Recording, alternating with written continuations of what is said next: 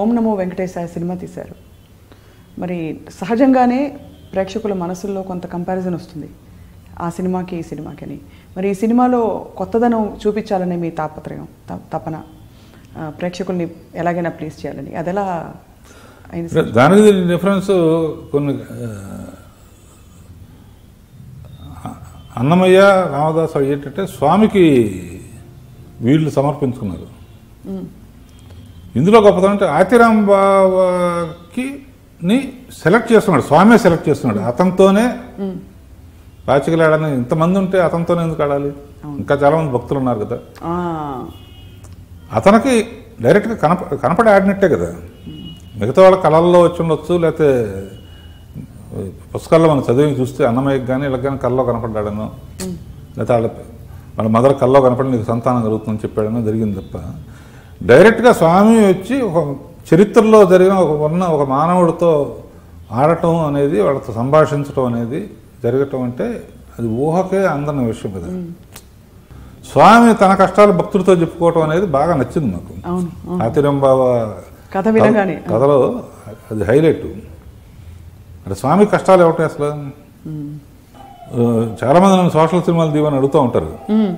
ఆంధ్ర వెళ్ళినా జనరల్గా ఎక్కువ టెంపుల్స్ ఇవన్నీ అన్ని విజిట్ చేస్తూ ఉంటారు. సినిమాకి కాకపోయినా దీనికి ఎవ్రీ పిక్చర్ స్టార్టింగ్లో అన్ని ఇంటర్వ్యూలకి తెలిసిన విషయం. మీరు తీసే దాంట్లో మజా వేరండి అంటారు. అంటే ఏంటి అసలు నా సినిమాలు ఏం చూసారా? మీ ఏజ్లో నేను తీసినప్పుడు మీరు పుట్టుంటారు కదా. అంటే it's celebration of life sir. Me cinema చూస్తే అసలు ప్రతి ఫ్రేమ్ అసలు ఒక పెద్ద పండగ చేసుకుంటున్నట్టు అనిపిస్తుంది సార్. తృప్తిగా ఉంటుంది చూస్తే. అంటే నాకు ఏంటంటే కెరీర్ మీద భయం లేదు. మన భగవంతుడు మనకి కావాల్సిన పేరు ఇచ్చాడు, కావాల్సిన మంచి మిత్రులను ఇచ్చాడు, మంచి ఇది ఇచ్చాడు. నేను కంటెంట్ అవసరమైతే తీయాల్సి వస్తే తీస్తానేమో, బట్ పూర్తిగా ఎందుకంటే భక్తిలో భగవంతుడికి అంకితం అయిపోయి అది చేయకూడదని పక్కన పెట్టలేదు. 2 సబ్జెక్టులు ఎప్పుడో రెడీ చేసి ఉంచాను. మరీ తప్పదనుకుంటే ఇంకా అవి తీయడానికి సిద్ధంగా. అంటే అల్టిమేట్గా ఏంటంటే దీంట్లో మంచి విషయం చెప్పాడు అంటే అది సైలెంట్ అవ్వాలి. అదే అంటే విషయం పైకి వచ్చి ఆ చిత్రీకరణ విధానం అది తర్వాత. నువ్వు మొహమాట పడకుండా నేనే చెప్తున్నా కదా, పూలు పళ్ళు వాడారా లేదని అడుగుతారు కదా. అదే నేను అడుగుతాను సార్. అమ్మాయిని చూపించాలి, అందంగా చూపించాలంటే రాఘవేంద్రరావు గారు తప్ప ఎవ్వరూ చేయలేరు అని ఒక అంటే అంత అందంగా చూపించడంలో మీకు మీరే అందంగా ఉన్నారు కనుక హీరోయిన్గా పెట్టుకుంటారు. నా స్పెషాలిటీ ఏంటంటే వాళ్ళ మైనస్ పాయింట్లు చూపించకుండా ప్లస్ పాయింట్స్ని ఎన్హాన్స్ చేస్తాను. డ్రెస్సింగ్లో కనుక కొంచెం ఓవర్ గ్లామర్ ఎత్తుకుంటానంటే నేను వాడే డీటెయిల్డ్గా చూపించే ఒట్టి కళ్ళు చూపించడం, ఒట్టి లిప్స్ చూపించడం, నగలు చూపించడం. సార్ మీ దృష్టిలో ప్రతి అమ్మాయి అందంగా ఉంటుందని నమ్ముతారా? అంటే ఏదో ఒక అందమైన ఫీచర్ ఉంటుందని, లేదు కొంతమంది నిజంగా అందంగా పుడతారని నమ్ముతారా సార్? ఒక్కో దీంట్లో కొంతమంది కళ్ళు అందంగా ఉంటాయి, కొంతమంది నవ్వు అందంగా ఉంటుంది, కొంతమంది ఆంగికం అందంగా ఉంటుంది, కొంతమంది నడక అందంగా ఉంటుంది, కొంతమంది షేప్ అందంగా ఉంటుంది. సో ఏది అందంగా ఉంటుందో దాన్ని ఎక్కువ వాడతాను. అందుకనే నా సినిమాలో హీరోయిన్స్ ఒకసారి రాజమౌళి ఒక క్వశ్చన్ వేసాడు నన్ను, సార్ మేము హీరోయిన్ అందంగా చూపించాలని ట్రై చేస్తామండి, మీరు ఎంత ట్రై చేసినా కూడా మీరు చూపించినట్టు రాదేంటే డైరెక్టర్ గారిని అడిగాడు నన్ను చిన్న దీంట్లో. అయితే ఏం లేదు రాజమౌళి, హీరోయిన్ రాగానే అమ్మాయి మొహం ఇంకా చూడండి నేను అని చెప్పాను. ముందు అందరూ నవ్వారు అసలు.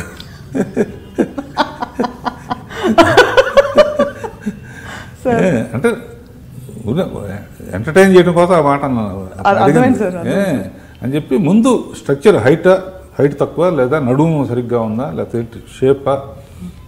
ఇప్పుడు కడవ లాంటి నడుము ఉన్న అమ్మాయి అంటారు కదా. అవును అవును. సో దాంతో ముందు బాడీ స్ట్రక్చరు దాన్ని అసలు మామూలుగా ఫుల్ ఫిగర్ పెడితే ఎలా ఉంటుంది ఏంటి, అక్కడి నుంచి ఆ నెక్స్ట్ వీక్ పాయింట్స్ చూపించకుండా ప్లస్ పాయింట్స్ చూపించడమే నా టెక్నిక్ తప్ప ఇంతకన్నా మ్యాజిక్ ఏం లేదని చెప్పాను అనమాట. నువ్వు ఎంత అందంగా ఉన్నా కూడా ఆ సినిమా ఆడకపోతే, అందంగా చూపించలేకపోతే ఆ అమ్మాయి అందం వేస్ట్. అవును అవును. ఇప్పుడు సమంత కోసం, అనుష్క కోసం, కాజల్ కోసం సినిమా నచ్చకపోతే చూడరు అంతే. వీళ్ళు బాగాలేదని చూడట్లేదు కదా, వీళ్ళు అందంగానే ఉన్నారు.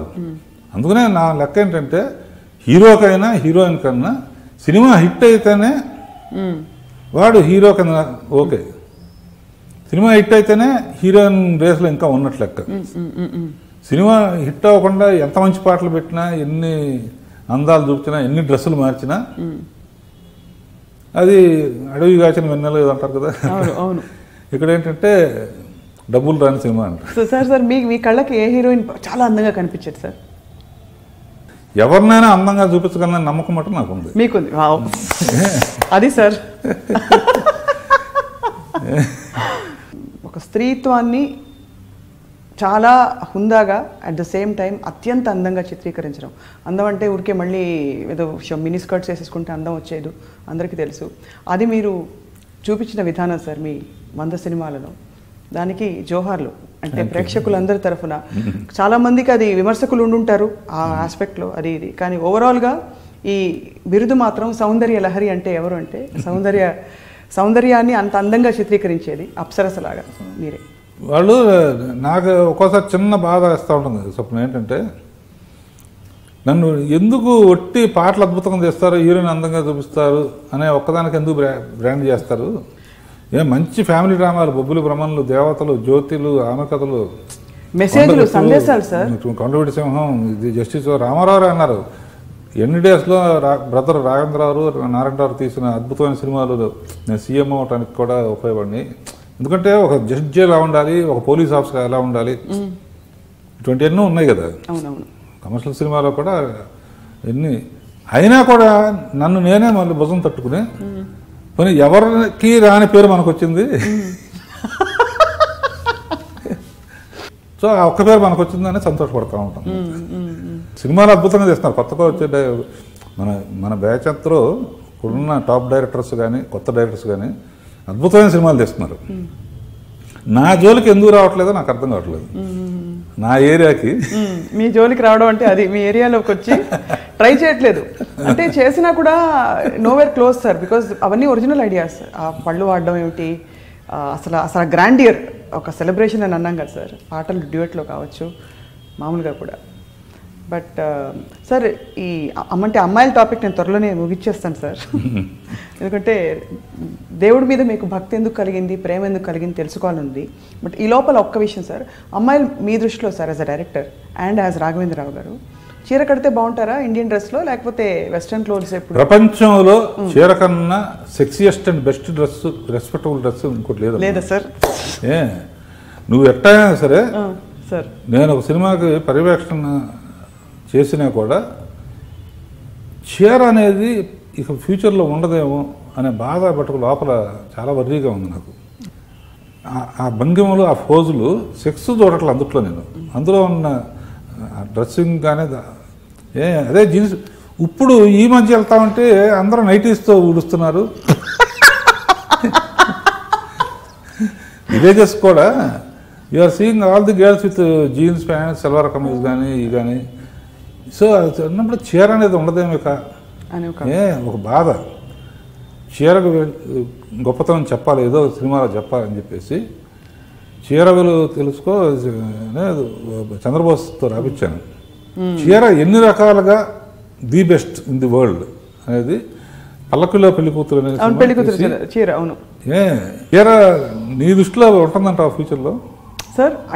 ఉండాలి సార్. ఇప్పుడు వస్తుంది సార్, మళ్ళీ తిరిగి వస్తుంది చీర. అంటే మళ్ళీ స్వచ్ఛమైన అచ్చమైన చీర కట్టు అది రావాలి సార్. మీరు అన్నట్టు తెలుగుదనం కనిపిస్తూ, భారతీయత కనిపిస్తూ.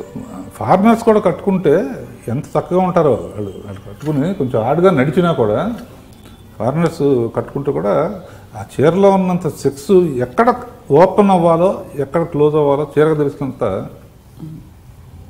చీరలో ఉన్నప్పుడు చూపించే నడుము షేపు ఏ డ్రెస్లో కనపడుతుంది చెప్పు.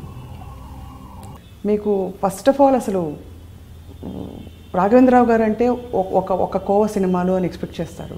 సడన్గా భక్తికి షిఫ్ట్ అయిపోయారు మీరు. అని షిఫ్ట్ అయిపోయారా, షిఫ్ట్ అయ్యారా? అంటే స్వప్న ఏది ఇలా ఉండాలని ప్లాన్ చేయను. కాకపోతే ఏంటంటే ఎవరు ఏం చేస్తారో అది చూస్తూ ఉంటాను నేను బిగినింగ్ నుంచి. ఎందుకంటే ఆడియన్స్ ఇప్పుడు అడవిరాముడు తీశానుకో, నెక్స్ట్ పిక్చర్ కూడా అట్లాగే ఉంటుందని ఎక్స్పెక్ట్ చేస్తాను. అట్లా లేకుండా జ్యోతి లాంటి సినిమా తీయటం. సో డిరాల్డ్ లాంటివి అంటే ఇప్పుడు వచ్చినా కూడా కొన్ని ఏంటంటే విలన్స్ ఒక ట్రాక్ ఉండి హీరో ఒక ట్రాక్ ఉండి పగ తీర్చుకోవటం లేకపోతే ఇది తీసుకోవటం ఉంటాయి. నెక్స్ట్ ఒక ఫ్యామిలీ చేద్దాం లేకపోతే నెక్స్ట్ ఇంకో ఎక్స్పెరిమెంట్ చేద్దాం అనేది మటు పక్కగా డిజైన్ చేసుకున్నా. ఇది ఆ అన్నమయ్య వరకు చేసిన జర్నీలో ఎక్కువ సక్సెస్ రేంజ్ ఉండటానికి ఏంటంటే ఆడియన్స్కి ఎక్కువ ప్రామిస్ చేయకపోవటం. సో అలా ప్లాన్ చేసుకోవటం ఉంది. కానీ ఈ రక్తిలోంచి రొమాంటిక్ కామెడీను లేకపోతే ఫ్యామిలీ డ్రామాను అందరూ ఏమనుకుంటారంటే నేను ఒట్టి రొమాంటిక్ కామెడీస్ పాటలు బాధిస్తా అనుకుంటారు. దేవుడి దయ వల్ల మా తల్లిదండ్రులు చేసుకున్న పుణ్యం వల్ల ఇండస్ట్రీలో ఉన్న హీరోస్ అందరు కానీ టెక్నీషియన్స్ కానీ ప్రొడ్యూసర్స్ అందరూ నన్ను సపోర్ట్ చేయబట్టి నాకు మట్టుకు అన్ని రకాల సినిమాలు తీసే అవకాశం ఇచ్చాడు. అవును సార్, అవును సార్. అంటే ఇప్పుడు ఇటువైపుకే వచ్చేసారా? ఇంకా దర్శకేంద్రుల నుంచి సోషల్ థీమ్స్ ఇతర రొమాంటిక్ ఫిల్మ్స్ ఎక్స్పెక్ట్ చేయలేమా అనేసి ఒక ప్రశ్న ఉంటుంది. అంటే వీటికి కూడా గ్యాప్ ఉంది. మన అన్నమయ్య మట్టుకు ఏంటంటే సడన్గా నాకు ధనమిత్రులు గారు ఎవరో చెప్పి అందులో ఒకట, ఎందుకంటే మా డిస్కషన్లో ఎక్కువ పురాణాల గురించి వీటి గురించి జరుగుతూ ఉండే కనుక అసలు మీరు కనుక అన్నమయ్య భారవ దగ్గర స్క్రిప్ట్ ఉంది, మీరు కనుక అన్నమయ్య తీస్తే అద్భుతంగా ఉంటుంది, ఆ స్క్రిప్ట్ చాలా బాగుంది అని భారవ గారు రావటం అదే మొట్టమొదటి పరిచయం అనమాట.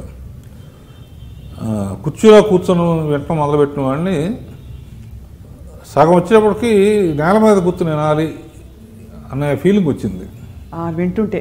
అంటే దేవుడు కదా ఎంత అద్భుతంగా, అంటే ఆయన చెప్పిన విధానం బాగా హరికథలో ఎక్స్పర్ట్ ఆయన, బాగా ఎమోషనల్గా చెప్పటం. అన్నమయ్యలో ఉన్న ఎమోషన్ నీకు తెలిసిందే.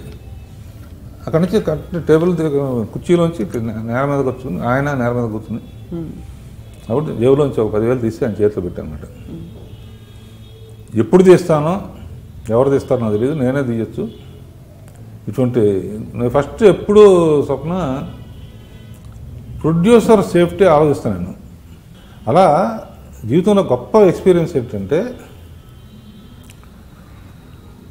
ఒక బాగా కావాల్సిన వాళ్ళు ఒలింపిక్స్లో ఫస్ట్ వస్తే తల్లిదండ్రులు లేదా ఫ్రెండ్స్ కావాల్సిన ఎమోషనల్గా బర్స్ట్ అవుతారు. 2 విషయాల్లో వస్తారు. కావాల్సిన వాళ్ళు పోతే దగ్గరున్న వాళ్ళు పోతే వెళ్ళి వాళ్ళ తాలూకు వాళ్ళని కావాలించుకుని ఏడుస్తారు కదా. అలా ఈ సినిమా అన్నమయ్య ప్రివ్యూ చూసిన తర్వాత నేను ప్రివ్యూ చూడంగానే ఎదురుగా బయటకు వచ్చి వాళ్ళు విషెస్ తీసుకోవటం అనేది నాకు మొహమాటం, సిగ్గు ఎక్కువ అనమాట. దానిపాటు నేను రికార్డింగ్ థియేటర్లో ఉన్నాను, వేరే పిక్చర్ రికార్డింగ్ థియేటర్లో. It's so have and preview theatre ఆ కాంపౌండ్లోనే ఉంది చెన్నైలో. సినిమా చూసిన తర్వాత ఒక్కొక్క లైన్లో వచ్చేసి కావాలించుకోవటం, బోర్ని ఏడవటం. అబ్బా సార్, ఏదైనా మనం మనసారా ఆరాధిస్తే కానీ అంత అందంగా అంత బాగా తీయలేం. ఒక్కసారిగా సోషల్ థీమ్స్ నుంచి ఇలాంటి పాటల చిత్రీకరణ వీటి గురించి మాట్లాడుతూ మనకు షిఫ్ట్ అవుతుంది. భగవంతుడి మీద మీకు ప్రేమ ఎలా కలిగింది సార్? ఆరాధించడం అన్నా కదా, ఆరాధన ఎలా స్టార్ట్ అయిందని. ఆరాధన అంటే మామూలుగా ఊరికే ఒక కథ తీసుకుని తీసేయడం కాదు. భక్తిపరమైన ప్రధాన సినిమాలు అందులో భగవంతుడి గురించి అంటే ఎంతో ప్రేమిస్తే కానీ దేవుణ్ణి, ఆ దేవుణ్ణి ఆ రూపంలో మనం అంత బాగా తీయలేం. అంటే ఈ పర్టికులర్గా ఇప్పుడు ఓం నమో వెంకటేశ్వర అన్నమయ్యతో వెంకటేశ్వర స్వామి, రామదాసు కూడా వెంకటేశ్వర స్వామి తత్వమే. ఇప్పుడు ఓం నమో వెంకటేశ్వర కూడా అదే. నాకు ఒక్కసారి నా యంగ్ డేస్కి వెళ్ళిపోతే నేను ఆలోచించాను, ఏంటి ఇంత కనెక్షన్ స్వామితో ఇంత కనెక్షన్ ఎలా వస్తుంది నాకు, ఎన్ని ప్లాన్ చేస్తే రాలా అట్లా తనగానే వస్తున్నాయి అనమాట. నేను ఆలోచిస్తే ఫస్ట్ నాకు గుర్తుండి, నేను వెరీ బ్యాడ్ స్టూడెంట్, చదువులో చాలా పూర్. తెలుగులో మటుకు 100కి 90 వచ్చేది. మిగతా వాళ్ళు కూడా నాతో రాపించుకునేవాళ్ళు అనమాట. ఈ మ్యాథ్స్ ఏ రోజు 10 రీచ్ అవ్వాలి నేను, 5, 9, 8 భయం అసలు మ్యాథ్స్. అయ్యో అదే మామూలు క్లాసుల్లో సరిపోతుంది. ఎస్ఎల్సీలో మటుకు మాకు ఎస్ఎల్సీ అని ఉండేది, ఇప్పుడు ఏమంటారు నాకు తెలియదు. 10th క్లాస్ అంటారు. 10th అంటాం సార్ ఇప్పుడు. అది పాస్ అయితేనే ఎలిజిబిలిటీ ఫర్ గ్రాడ్యుయేషన్. సరే అప్పుడు అందులో మటుకు కంపల్సరీగా 35 రావాలంట మ్యాథ్స్కి. మినిమం 35 వస్తేనే అసలు మిగతా ఎన్ని వచ్చినా కూడా మ్యాథ్స్ 35 మినిమం ఉంటేనే పాస్ అవుతాడు. 10 మార్కుల లోపల జీవితం అంతా వచ్చినామంటే ఒక ఫస్ట్ క్లాస్ నుంచి 10th క్లాస్ వరకు 10 టచ్ చేయలేము.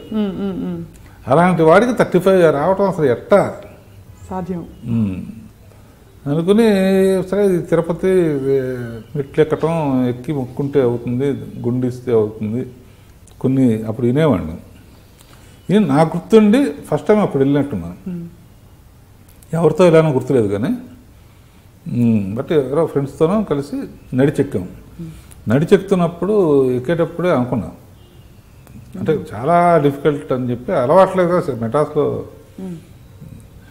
సరే ఎక్కేటప్పుడు స్వామి ఇక ఫర్దర్గా వస్తాను కానీ నడిచేది మటుకు నాకు ఓపిక లేదు, నేను నడాలనుకుంటా, క్షమించమని చెప్పేసి దర్శనం చేసుకుని, ఎలా దర్శనం చేసాం గుర్తులేదు, క్యూలో వెళ్ళి వచ్చిన తర్వాత పరీక్ష రాసిన తర్వాత కరెక్ట్గా 35 మార్క్సే వచ్చినాయి.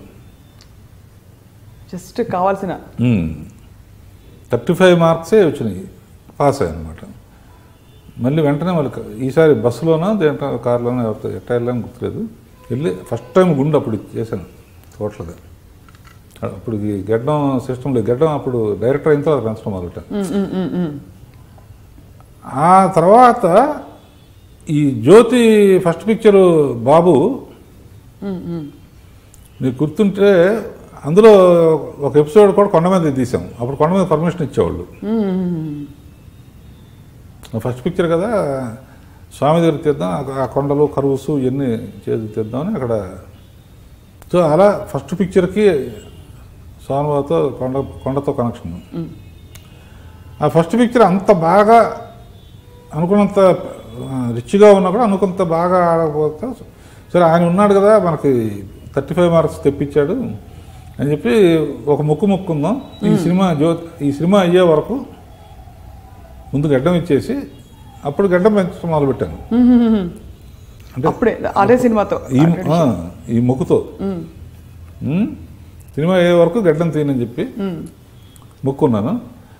ఆ సినిమాకి జ్యోతికి విపరీతమైన పేరు వచ్చేసి అద్భుతం, తెలుగు చలనచిత్ర ఆకాశంలో కొత్తగా వెలిగిన ఒక నక్షత్రం అన్నట్టు బాగా మంచి అప్రిసియేషన్ వచ్చింది. వెంటనే వెళ్ళి స్వామి అక్కడి నుంచి అడిగిరావడం కాడి నుంచి మొదలైంది అనమాట. బిగినింగ్లో మొదలుపెట్టేటప్పుడు గడ్డం పెంచడం ఇవ్వటం ఇచ్చేది 2 సార్లు అన్నమాట. ఇది అది అనుకుంటే జరిగింది. ఇక నుంచి స్టార్టింగ్లో ఇవ్వటం, ఎండింగ్లో తీసేయడం, ఇచ్చేసి పెంచడం సినిమా అయ్యే వరకు, మళ్ళీ తీసేయడం అయ్యాక సినిమా. ఆ ప్రాసెస్లో అన్నమయ్య రావటం, అంకితం అవటం, రెగ్యులర్గా గడ్డం పెంచడం, ఈ సినిమా జరగటం, ఈ ఇంటర్వ్యూలు. సరిగ్గా ఈ సినిమా ముందు జరిగిన వంటర్స్ ఇంతకుముందుకు చెప్పినట్టు సరిగ్గా ఈ సినిమా స్క్రిప్ట్ అనుకోవటం, ఓకే అవటం, టీటీడీ బోర్డు మెంబర్ అవటం, ఆ బోర్డు మెంబర్ అవటం కాకుండా చంద్రబాబు నాయుడు గారు ఫస్ట్ అవకాశం ఇచ్చినందుకు ఆయనకి ప్రత్యేకమైన కృతజ్ఞతలు చెప్పుకుంటున్నాను. ఈ మధ్య నుంచే మొదలుపెట్టారన్నమాట. సుప్రభాతం ఎవ్రీడే వస్తుంది కదా. అవును, సుప్రభాతం మీనింగ్ కూడా చెబితే బాగుంటుంది. అవును, ఎందుకు చదువుకుంటున్నాం అసలు ఏమిటో తెలియాలి. మంత్రాలు మీనింగ్ కూడా తెలిస్తే ఇంకా భక్తి బాగా జనంలో పెరుగుతుందని చెప్పి దానికి డిజైన్ చేసి, అది ఒరిజినల్గా సిస్టమ్ ప్రకారం అక్కడ 3 చేస్తారని 3కే వేయాలి. 3 చూసేవాళ్ళు తక్కువ ఉంటారు కాబట్టి ఏం చేస్తారు, సుప్రభాత వైభవం అని పేరు పెట్టి ఆ ప్లేస్లో అది అట్లాగే ఉంచి ఈ 5:30 to 6:30 2 లైన్లు చదవటం, దాని తాలూకు బొమ్మ వేసి దాని మీనింగ్ చెప్తూ చేసాం సుప్రభాత వైభవం. చేత వేయించారు కదా సార్ బొమ్మలు. కూచిగారితో అద్భుతంగా చేశాడు, మీరు గారు అద్భుతంగా చేశారు. అదొక ప్రోగ్రాం చేశాను. శ్రీవారి సేవలు అని చెప్పేసి 7:30 to 8 ఒక్కో రోజు ఒక్కో సేవ. ఆ సేవ ఫుల్గా ఒక మంచి అద్భుతమైన పాటతో చూపించి ఆ తర్వాత ఏ సేవ ఎందుకు చేస్తారు అనేది డీటెయిల్గా ఎక్స్ప్లెనేషన్. సో ఈ విధంగా కొత్త ప్రోగ్రామ్స్తో పూజకు వేళ అనే ఒక ప్రోగ్రాం. సో ఈ సంవత్సరం అంతా సిబిసిలో ఇప్పటి వరకు చూడని సేవలన్నీ సామాన్య మానవుడు కూడా చూసేటట్లు చేసే అదృష్టం కల్పించాడు వెంకటేశ్వర స్వామి. చాలా విశేషమైన సంగతి ఏంటంటే, అంటే మీ చుట్టూ ఉన్న వాళ్ళకి మాత్రం బహుశా తెలుస్తుంది ఇది, మీరు అప్పుడు ఎంత శ్రద్ధ పెట్టారో మీ సినిమాలలో, ఇప్పుడు చిన్న టీవీ కార్యక్రమం అయినా సరే లేకపోతే ఒక పాట అయినా సరే అంత తీరికగా అంత శ్రద్ధగా వింటారు సార్. ఆ ప్యాషన్ని మీరు ఎలా కొనసాగిస్తున్నారు సార్? అందులో ఉన్న మాధుర్యం అది అనుభవిస్తా కానీ తెలియదమ్మా. అందునే మనం ఇప్పుడు ఓం నమో వెంకటేశ్వర పాటలు ఉన్నాయనుకో, అన్నమయ్య రాసినవి కాదు, రామదాస్ రాసినవి కాదు, మొత్తం ఈ తరం రైటర్స్ రాసినవే కదా. అద్భుతంగా రాశారు. ఆడియో పెద్ద హిట్ అయింది. అందరూ ఫోన్ చేసి ఆడియో మటుకు సూపర్ హిట్ అండి అంటారు. ఎందుకు అంటే అందులో మీనింగ్ తెలిసి కాదు, ఒక ఎమోషన్. డివోషనల్ పాటలు మంచి ట్యూన్స్తో కంపోజ్ చేస్తే ఒక ఎమోషన్లోకి తీసుకెళ్తున్నావు, భక్తి దీంట్లోకి తీసుకెళ్ళిపోతుంది. ఆ మీనింగ్ ఎక్కువ. నువ్వు భక్తి పాటలు చూడు, ఎక్కువ సాంస్క్రిట్ వర్డ్స్ ఉంటాయి. సో ఆటోమేటిక్గా ఇప్పటికీ ఆ రోజు నమో వెంకటేశ్వర ఘంటసాల గారు పాడిన పాటలు కానీ, 7 కొండలపైన ఏడనున్నావే అని కానీ, కొన్ని కొండలపైన నెలకొన్న కోనేటి రాయుడు కానీ, కొన్ని దాని కోనేటి రాయుడు అంటే మీనింగ్ తెలియకపోవచ్చు వాళ్ళకి. అయినా కూడా భక్తి సినిమాల్లో కానీ భక్తిని చెప్పడానికి స్వప్న మ్యూజిక్ ఉపయోగపడినంత డైలాగ్స్ ఉపయోగపడదు. సో ఓం నమో వెంకటేశ్వర పర్టికులర్గా ఈ పిక్చర్లో హైలైట్ మ్యూజిక్తో ఆతిరామ్ బాబాజీ క్యారెక్టర్ని ఎక్కడికో అసలు దేవుడి కన్నా గొప్పవాడు అనే లెవెల్కి తీసుకెళ్ళడానికి మ్యూజిక్ బాగా ఉపయోగపడింది అన్నమాట. సార్ ఆతిరామ్ బాబా క్యారెక్టర్ కోసం కోర్స్ మేము ఇంకెవరిని ఊహించుకోలేము, నాగార్జున గారు తప్ప. మీకు కనీసం ఒక పాసింగ్ థాట్గా అయినా ఇంకెవరైనా అనే ఒక థాట్ అసలు ఎప్పుడైనా వచ్చింది? అసలు అవకాశమే లేదు. నాగార్జున గారే కనిపించారు ఆ క్యారెక్టర్లో. అందునే ఆడియో ఫంక్షన్లో చెప్పాను కదా, నాగార్జున అప్పటి వరకు ఏం మాట్లాడుతున్నా కూడా ఒక మూడు ఒక ఎమోషన్ షార్ట్లోకి వెళ్ళేటప్పటికి మనందరికేమో గుడిలో వెంకటేశ్వర స్వామి విగ్రహం కనపడుతుంది మనం చూస్తే, నాగార్జున కళ్ళతో చూస్తే డైరెక్ట్గా దేవుడు కనపడతాడు అన్నట్టు చూస్తాడు. డైరెక్ట్గా అట్లా చూస్తే మటుకు ఆ చూపు ఆ ఎమోషన్ చూస్తే దేవుడిని చూస్తే అటువంటి ఫీలింగ్ వస్తుంది. ఎక్స్ప్రెషన్ ఇవ్వటం బొమ్మను చూసినట్టు ఫీలింగ్ రాదు అతను చేస్తే. సో అది కొంతమందికే అదృష్టం ఉంటుంది, ఇంకోటి మీద ఇంకా ట్రై చేయలేదు. అండ్ పర్టికులర్గా ఇందులో మెయిన్గా చెప్పాల్సింది ఓం వెంకటేశ్వర కానీ, అన్నమయ్య కానీ, రామదాసు కానీ ఈ జాతికి. ఎందుకంటే your media is so powerful. YouTube అనేది కానీ, టీవీ కానీ, పర్టికులర్గా యూట్యూబ్ వాళ్ళ ప్రపంచవ్యాప్తిగా టీవీ అంటే తెలుగు మట్టుగా చూస్తారు, ఇక్కడ ఉన్న తెలుగు అనమాట. అంటే అన్ని వాళ్ళకి కొన్ని వెళ్తున్నాయి అనుకో, ఎప్పుడు కావాలంటే అప్పుడు చూసుకోవడానికి యూట్యూబ్.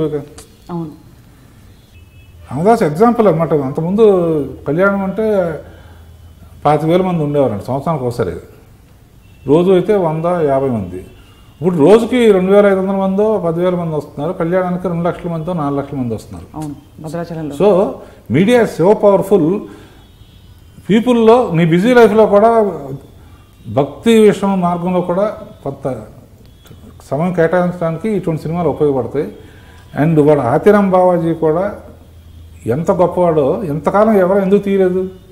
అదే సార్, మీకు ఎలా కనిపించిందో సార్? అంటే అసలు ఇవన్నీ అన్నమయ్య కూడా అంతకుముందు ప్లాన్ చేశారు, ఎవరి వల్ల కాలేదు, చాలా మంది వదిలేశారు, మనకు కథ సరిపోదని. సో ఈ భక్తిభావం పెంచడానికి ఏంటంటే చిన్న చిన్న సీన్స్ కొంచెం ఎమోషన్ పెంచడం కోసం కల్పితం పెడతాం. అవును, అది దేని పెడతామంటే ప్రతి వాళ్ళు ఆ భక్తిభావం పెరగాలి, దేవుడు అంటే భయం భక్తి ఉండాలి, దేవుడు మనకు అండగా ఉంటాడు ఇలా చేస్తే, దేవుడు మనతోనే వచ్చి ఆడుకుంటాడు ఇలా చేస్తే అని ఇంకా స్ట్రాంగ్గా అనిపించడానికి ఇటువంటి కొంచెం డ్రమటైజేషన్స్ ఉంటాయి. అలా అది ఊహించి, ఎందుకంటే మిగతా వాళ్ళు ఏంటంటే యాజ్ ఈజ్ తీయాలేమో అంత సరిపోదేమో అనుకుని వదిలేసి ఉంటారు. లేకపోతే ఈ పాటకి బాపు గారు, విశ్వనాథ్ గారు అంటే మహా మేధావులు, అంత గొప్ప డైరెక్టర్స్ డెఫినెట్ తీసేవాళ్ళు.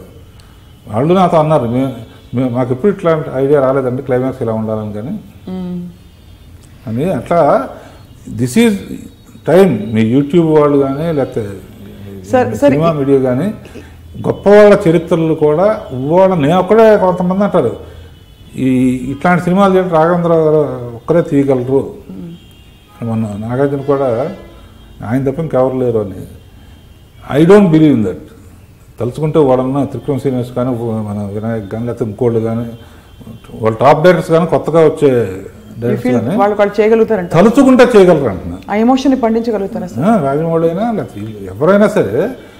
ఎందుకంటే ఇది మీడియా కదమ్మా, ఈ మార్గం ఒకసారి రెఫరెన్స్ చూస్తారు. నేనే ఏం ఆడాను ఈ మూడుకి, ఎందుకంటే దేర్ ఈజ్ ఏ ఆధారం ఒకటి ఉందిగా. అవును, దానికి ఏమేమి యాడ్ చేయాలనేది డెఫినెట్గా ఇంకా నాకన్నా బెటర్గా టెక్నాలజికల్గా నువ్వు చేయగలరు. తలుచుకుంటే వాళ్ళు మనసు పెడితే డెఫినెట్గా నాకన్నా బాగా తీస్తారు నమ్మకం నాకు ఉంది. గొప్పదనం సార్ నిజంగా మీరు ఆ మాట అంటే వాళ్ళని పొగట్టడం కోసం అంటలేదమ్మా. Nothing is impossible. అది చాలా బెస్ట్ స్క్రీన్ ప్లేస్ వాళ్ళు వ్యాసుడు రాసి వెళ్ళిపోయాడు. సో చందమామకు కూడా మచ్చ ఉన్నట్టు న్యాచురలీ ఇంత సత్సంకల్పంతో తీసిన సినిమా, కానీ హాతిరాం బావాది కులం ఏంటి ఇలాంటి ప్రశ్నలు తలెత్తినప్పుడు మీరు డిస్టర్బ్ అవుతారా? మీరు చాలా ఎమోషనల్ వ్యక్తి కాబట్టి. భగవంతుడు మానవ జాతిని పుట్టించాడు, మనందరిది ఒకటే కులం, సృష్టి కులము, లేకపోతే ఇది భక్త కులం, భక్త కులం, సృష్టి మానవ భక్త కులం. ఈయన అన్నాడు ఆత్రేయరు దేంట్లో మానవ కులం లాగా ఒక మాట ఆయనే చదువు. అలా ఇందులో అది ఎవరో ఆ ఫీలింగ్ రాదమ్మా నా ఉద్దేశంలో. ఎవరి కాళ్ళు అందరూ ఓన్ చేసుకుంటారు. ఒకవేళ ఫలానా కులం ఏ కులం అనుకున్నా కూడా ఆ కులంలో అంత ఇప్పుడు వాల్మీకి ఏ కులం ఎవరు వాల్మీకి రామాయణం రాశాడు, వ్యాసుడు ఏ కులం అని అడగరు కదా. అంతే. అలా ఒక భక్తి సినిమాలు కానీ పైగా సబ్జెక్ట్ ఏమో కులం గురించి చెప్పే సబ్జెక్ట్ కాదు కాబట్టి అసలు అప్రస్తుతం అది. ఇప్పుడు సూర్యవంశం గురించి గొప్పగా చెప్పాల్సిన సబ్జెక్ట్ అనుకో, సూర్యవంశం ఎంత గొప్పదో అని చెప్పాల్సి వస్తుంది. ఇప్పుడు ఆ కులం గొడవలు ఉండబట్టే కదా అప్పుడు మతంలో శైవం వైష్ణవం ఉన్న రోజులు, ఆ రోజుల్లోనే కొట్టుకోవటం ఇవన్నీ జరిగినాయి. మన సినిమా అనేది అందరూ చూడాలి కనుక, అందరూ చూస్తేనే ఒక వ్యక్తి గొప్పతనం తెలుస్తుంది. ఆ వ్యక్తి గొప్పతనం తెలిసిన తర్వాత ఆడు మావాడరా అని చెప్పుకోవటం ఉన్న గర్వం, అప్పుడు ఆ కులానికి ఒక వాల్యూ వస్తుంది. నువ్వు చెప్పకుండా మేము గొప్ప అని అనుకుంటే ఎట్లా తెలుస్తుంది?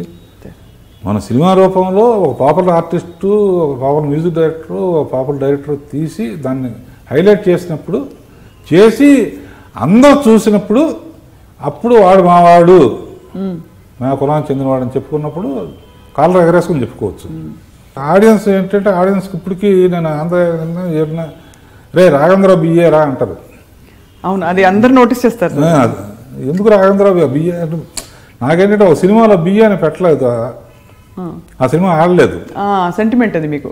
దానికోసం నాకేదో బిఏ పెద్ద గొప్ప డిగ్రీ కాదు, ఎక్కడ ఆ సినిమాలో ఎక్కడ నేను ఎప్పుడు పోస్టర్ కానీ ఇది కానీ నా పేరు పెద్దదేయండి లేకపోతే ఇది వేయండి అని అడగను అసలు. ఎట్లా వాళ్ళ పనులు చేస్తారని చెప్పేసి ఈ ఒక్క విషయం మటుకు ఆ పోస్టర్ నేను చెప్తా ఉంటాను, బాబు మీ బియ్యం మర్చిపోకండి అని. ఎందుకంటే పొరపాటున ఈశ్వర్ గారు పాపం ఒక పిక్చర్కి వేయలేదు, ఆ సినిమా అట్టర్ ఫ్లాప్ అయింది. అక్కడ నుంచి మీకు సెంటిమెంట్ సార్. అదేంటి బాబు, ఒకవేళ పద్మశ్రీ కానీ పద్మభూషణ్ కానీ అటువంటి ఏమన్నా ఎందుకు ఇస్తారో తెలియదు అన్నాను. కాబట్టి ఒకవేళ వచ్చినా కూడా ప్రజలు నన్ను ఆ పేరుతో పిలవరు కదా, రాఘవేంద్రరావు బిఏ అనే పిలుస్తారు. కనుక దాని గురించి ఎక్కువ వర్రీ అవటం ఎందుకు, ఆలోచించడం ఎందుకు, దాని గురించి ప్రయత్నం చేయటం కూడా నాకు. ఎందుకంటే ఏదొచ్చినా కూడా అది ఎప్పుడు రావాలో అది అప్పుడు వస్తుంది. వస్తే ఆనందం, రాకపోయినా ఇంకా ఆనందం. నంబర్ తెలిసిన కొద్ది మందికి మీ వాట్సాప్ ప్రొఫైల్ పిక్చర్లో అమ్మగారు నాన్నగారు ఫోటో ఉంటుంది. అవును, అది గమనిస్తే చాలా అంటే ఎక్కడో కళ్ళు చెమర్చిపోతాయి సార్. అంటే అమ్మని నాన్నని వీళ్ళు గుర్తుపెట్టుకున్నారా అంటే చిన్నపిల్లలకు ఉంటుంది ఆ మనస్తత్వం. మీరు వాళ్ళకి దండం పెట్టుకోండి, బయటకు వెళ్ళను, ఫోన్ ఆన్ చేస్తే వాళ్ళు కనపడాలి. అది జనరేషన్తో పాటు వెళ్ళాలి అంటారు, కానీ జనరేషన్ కొన్ని మనం చెబితే చేయరమ్మా. మా ఫాదర్ బతికున్నప్పుడు బాగా క్లోజ్గా ఉండేవారు. మామూలుగా ముసలాళ్ళ గదిలోకి వెళ్ళరు కదా, బాయ్ అని వెళ్ళిపోతారు. వీళ్ళు కూర్చొని మా ఫాదర్కి గడ్డం గీయటం గడ్డం గీస్తే 10 పైసలు ఇవ్వటం అయినా. చాలా బాగుంటుంది సార్, తాతగారి దగ్గర 10 పైసలు వస్తాయి. అట్లా lucky got good family and good children. మా సిస్టర్స్ కానీ మా అల్లుళ్ళు కానీ. సో అంతకన్నా ఎందుకంటే ఈ సెల్ ఫోన్స్ వచ్చిన తర్వాత ఈ కమ్యూనికేషన్ వచ్చిన రిలేషన్షిప్స్ అన్నీ దూరం అయిపోతాయి అమ్మా. అవును సార్, ఇప్పుడు అందుకే you held back for so long. ఆ తర్వాత బట్ అందరితో చాలా సన్నిహితంగా ఉంటారని మాత్రం ఎవ్రీబడి మీ టీంలో వర్క్ చేసిన వాళ్ళందరూ ఫీల్ అవుతారు. నన్ను పిలిచే ఫంక్షన్స్ పార్టీస్కి సంగీతకి కూడా నన్ను పిలుస్తే నాకు అర్థం కాదు. ఏది పిల్లలతో డ్యాన్సులు చేస్తా అంటే మేమేం చేస్తామే అంటాను నేను. మీరు రావాలి అంకుల్, మీరు తప్పకుండా రావాలంటా ఉంటారు. సరే వాళ్ళ కోసం వెళ్ళి 10 నిమిషాలు ఉండి వచ్చేస్తూ ఉంటాను. సో అది నాకు సరదా అసలు బాగా ఎక్కువ. ఎప్పుడు 10 మంది ఉండాలి అండ్ ఇటువంటి డిస్కషన్స్. అంటే మామూలుగా యంగ్స్టర్స్ కూడా నడవడానికి అంటే సందేహించేలాంటి బురద అలాంటి ప్రదేశాలు, కొండలు లోయలు మీరు ఇలా నడుచుకుంటూ వెళ్ళిపోయేవారు. ఎన్ని గంటలు సార్ అసలు? అది కూడా మేము ఊరికే ఏం చేయకుండా మాకు అంటే అది వర్క్లో ఉన్న పవర్. అది మా వర్కే వర్షిప్ అంటారు కదా, వర్కే దేవుడు. వర్క్లో ఉన్న పవర్ ఆటోమేటిక్గా వర్క్ కాకుండా కాలక్షేపానికి వెళ్ళినప్పుడు కర్ర సపోర్ట్ కావాలి. చెప్తాను ఎవరు ఎంత ఏజ్ వచ్చినా కూడా. అదే వర్క్ అనేటప్పటికే నిజంగా నడవలేనాడు కూడా గబుక్కుని టర్బన్ కట్టుకుని దున్నమంటే ఆ ఫీల్ వస్తుంది. అలా ఈ మంచి సీన్ తీస్తాం అనేటప్పుడు ఎక్కడ లేని ఎనర్జీ వస్తుంది. ఓం నమో వెంకటేశ్వరలో ప్రతిరోజు ఒక ఎనర్జీ ఉండేది అనమాట. వాళ్ళ ఈ సాంగ్ మనం ఆలోచించుకుంటాం, నైట్ ఆలోచిస్తాం వాళ్ళు తీయాల్సిన షార్ట్స్ అని. అది తీస్తే కానీ వెంటనే సాటిస్ఫాక్షన్, ఆకలి తీరదు. అందుకనే నడిచేస్తాం, దిగటం ఎక్కటం అసలు ఏం గుర్తురాదు అనమాట. సార్ మీరు ఇప్పుడే ఇంత హ్యాండ్సమ్గా ఉన్నారు కదా సార్, చిన్నప్పుడు ఇంకా చాలా చాలా చాలా హ్యాండ్సమ్గా ఉండేవారు కదా సార్. చాలామంది అమ్మాయిలు మీకు పడిపోయి ఉంటారు సార్. అంటే నిజం సార్, నా లెక్కలో నిజం చెప్పమంటావా? చెప్పండి. నేను హ్యాండ్సమ్ అనేది నేను పెద్దగా అనుకోను. నేను జుట్టు లేదు, ఏమి లేదు, ముట్టాలు ఉండేవి. ఎవరైనా సరే, ఆడవాళ్ళైనా మగవాళ్ళైనా దేశం ఎవరైనా సరే అట్రాక్టివ్నెస్ ఎక్కడే ఉందంటే బిహేవియర్లో కానీ మాట్లాడటంలో కానీ. వాళ్ళతో ఒక 10 నిమిషాలు ఇప్పుడు కొంచెం స్వామీజీలు కానీ వీళ్ళు కానీ చెప్పే స్పీచ్లు నిజంగా వింటాం, అంతేగాని రోజు వినం. అదే మనకి ఇష్టమైన స్నేహితులు కానీ ఎవరైనా బాగా మాట్లాడే వాళ్ళు ఉంటే, సో బాగా మాట్లాడే లక్షణం మంచి క్వాలిటీస్ని అట్రాక్ట్ చేస్తారు తప్ప ఒట్టి హ్యాండ్సమ్నెస్ మట్టుకే. ఒకళ్ళు హ్యాండ్సమ్గా ఉంటే అందరు అమ్మాయిలు ఒకటి కావాలంటే ఒక ప్లేటును 12 మంది ఉంటే ఎట్ట తింటారు? అది కుదరదు.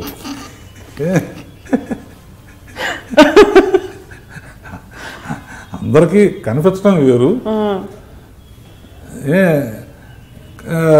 ఒకళ్ళనే ప్రేమించడం వేరు. It is only the personality and వ్యక్తిత్వాన్ని లైక్ చేసేవాడిని అది పర్మనెంట్ లైకింగ్. ఊరినే పాసింగ్ వెళుతున్నప్పుడు అమ్మాయి బాగుందని మేము అనుకుంటూ ఉంటాం, ఆ అబ్బాయి బాగున్నాడని ఆడాలి అనుకుంటూ ఉంటారు.